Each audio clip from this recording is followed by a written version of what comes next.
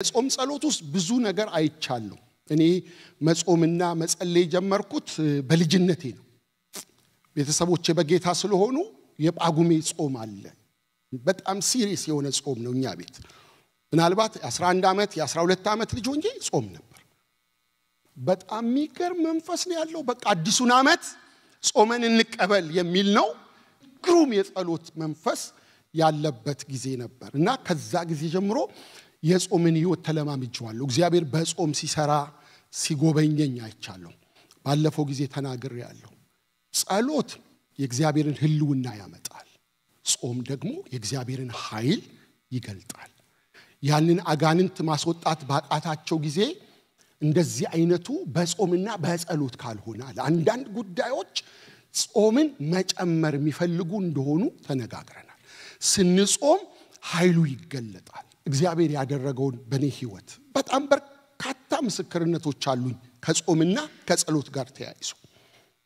በከበዱኝ ነገሮች መካከል መጾም ሲጀምር መጸለይ ሲጀምር በሬን ስዘጋ አንተ ግን ወደልፍኝ ግባ በሬን ከኋላ ዝጋ በስውር ለሚያይ ለአምላክ ጸልይ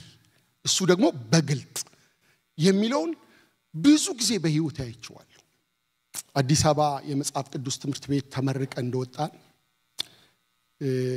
ከሁለት ጓደኞቼ ጋር 22 ማዞሪያ ተከራይተን እንኖር ነበር እና ብዙ መድረኮች ላይ ተናግሬዋለሁ እና ያን ጊዜ ከቸርች ደሞዝ አንቀበልም ነበር ገና ከክፍለ ሀገር የመጣን ልጆች ነን ሶስታችንም አዲስ አበባ ውስጥ ብዙ ምናቀው ሰው የለም ሁለቱ የሙሉ ወንጌል ልጆች ናቸው 22 ሙሉ ወንጌል ገቡ እኔ ደግሞ የካ መሰረተ ክርስቶስ ገባው ግን በቃ አብረን ነው ምንኖረው አንድ ክርስቲያን እህት ቤት ተከራይተን እና የሆነ ጊዜ ግን በጣም ተቸገርን ልነግራችሁ አልችልም እኔ ረሃብ የሚባለው ነገር አይቼ አቃለሁ ተርቤ አይቼ ሴንስ አርቄ እንዴት ከባድ ነገር እንደሆነ አይቼ አቃለሁ እንዴት የሰው አይን የሰው ፊት እንድታዩ እንደሚያደርግ አይቻለሁ ቤተሰቦቼ ሀብታሞች ናቸው ብር አላቸው ግን የልጆቹ ጓደኞቼም ቤተሰቦች ሀብታሞች ናቸው ከቤተሰብ ገንዘብ እንዴት እንጠይቃለን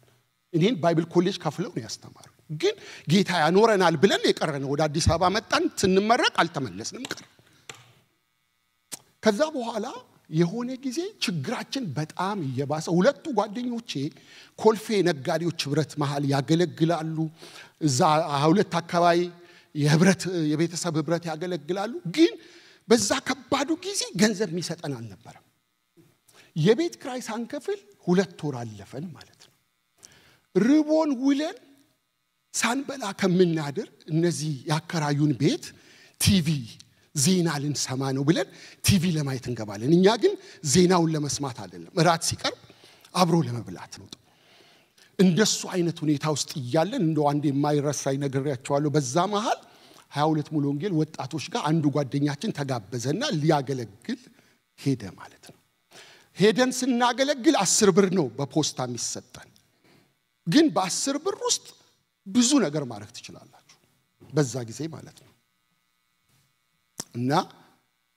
በቃ ይመጣል ብለን እኛ ጠበቅነው 22 ኮርነር አለ ትራፊክ ጽፈት ቤት አገልግሎ ሲመጣ 10 ብር ይዞ ስለሚመጣ አራት በልተን የሆነች ነገርም ተተርፋለች ጌታን ያመሰገን እንገባለን ብለን ስንመጣ ልጁ እየሳቀ ይመጣል ዛሬ በጣም ደስ ብሎኛል አለ ምን ሆነ 100 ብር እኮ ሰጥቶኛል ማለት ነው በጣም ደስ ብሎን ያላሰብነውን በልተን በተረፈን ሻይ ቡናም ይሁን ነገር ስኳር ምናምን ገዛስተን ለቁርስ ዳቦ ይዘን እየዘመርን ቤት ገባን በሌሊት የወጣቶቹ መሪያ ይመጣም እኛ የተከራየንበት ቤት ማለት ነው የጋበዘው ማለት ነው እና መጥቶ እና ፈልጊው ነው አለና ጉዶኝ ይላሉ አሉ ምን ነው ስለው አይ ላንተ ምሰጠን 10 ብር በዚህ ይዤ ለወጣቶች የሚገዛ ደግሞ 100 ብር በዚህ ቃታ ይዤ ነበር ከቸርች ማግሌዎች ተሳስቼ ነው 100 ብሩን የሰጠው መልስልኝ አይለው መጥቶ በጧት እኛ እኮ ብሩን አጋምሰነዋል እንደሱ የተቸገርንበት ጊዜ እና 3 ወር ሞላው ማለት ነው የቤት ክራይ ሳንከፍል 3 ወር እህትዮም አከራየችን እህት ታገሰችን ግን ጓደኞቼ በጣም ተግባቢ ናቸው ብዙ ሞከሩ የሚሰጥ የለም ሁሉም ጭጭ ሀብታሙም ጭጭ የሄዱበት ቦታ በመኪና በራችን ያደርሷቸዋል ከዛ ምንም አይሰጧቸውምና እኔ ግን አንድ ቀን በራልኝ ለምንድነው ማንጾበው እና ለምን አንጸልይም በቃ የ5 ቀን ጾም ጸሎት እንያዛልኳቸው ሻል በር ዘጋን የሚበላም የለም ያው ታቃላችሁ ውሃ ይዘን የ5 ቀን ጾም ጸሎት ገባን እግዚአብሔር ሆይ ድህነታችንን ሰበረው የጸሎት ርዕሳችን ከዚህ ጉስቁልና አውጣን ፋይናንሻል ብሬክስሩ ስጠን ከዚህ በኋላ መራብ መቸገር አንፈልግም ይያለን ተደፍተን እንጸልያለን መዝሙር ቴፕ ከፍተናል የውሃ እየጠጣን ነው እንጸልየው በጣም እንጸልያለን መንፈስ ቅዱስ በመካከላችን ይመላለሳል የጌታ ክብር አለ ጾም ጸሎቱ በቃ ኢነርጂ ይሆነን መጣ ማለት ነው ሶስተኛ ቀን ላይ ከላምበረት ሙሉ ወንጌል አንድ ወጣት ልጅ መጣ ማለት ነው ያቋል ቤታችንን ያኒ ስልክም አልነበረንም መጣና ልክ የምንጸልይበትን በር ሲያንኳኳ ልጁን ስናየው ያው የወጣቶች መሪ ስለሆነ ብዙ ጊዜ ወጣቶች ጋር ነው የሚጋብዙን ፕሮግራም ሊያስይዘን ይመጣው አለን ማለት ነው እና ቁጭ አለ ከኛ ጋር እየተጫወተና ማናችንን ለማስያዝ ነው የመጣው ያለ እየጠበቅን በኋላ መሃል ላይ እንደው በቃ የመጣሁት የጌታ መንፈስ ልኮና መንፈስ ቅዱስ አሳስቦኝ ነው የመጣሁት እና ገንዘብ ልሰጣችሁ ነው የመጣሁት አለ ልጁ እኮ ጸጉር ቆራጭ ነው እኛ ጸጉር ተቆርጠን ቲፕ ምን ሰጠው ምስኪን ልጅ ነው እና ሰርቼ ያጠራቀምኩትን ገንዘብ ጌታ ሰጣቸው ብሎኛል ብሎ አውጥቶ ሲሰጠን በጣም ብዙ ብር ነው በዛ ጊዜ እኔ ልክ ገንዘቡን ተቀበልኩትና ጌታ ጾም ጸሎታችንን በሶስተኛው ቀን መልሷል ወተን ቅቅል እንብላልኳቸው ማለት የግድ 5 ቀን መቆየት የለብንም በቃ ተመለሰኮ ድህነቱም ተሰበረ ችግሩም ተመታ በጌታ ፊት ነው ምነግራችሁ ከዛ ቀን ጀምሮ ተቸግረን አናውቅም ኔቨር እግዚአብሔር ለረጅም ዘመን ነው ችግርን የሰበረልን አንዱ ጓደኛዬ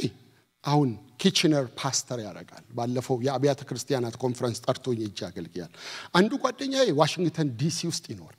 እግዚአብሔር ባረከን ምን ልላችሁ ነው የትኛውም ችግር ካለ በጾምና በጸሎት ይፈታልላችሁ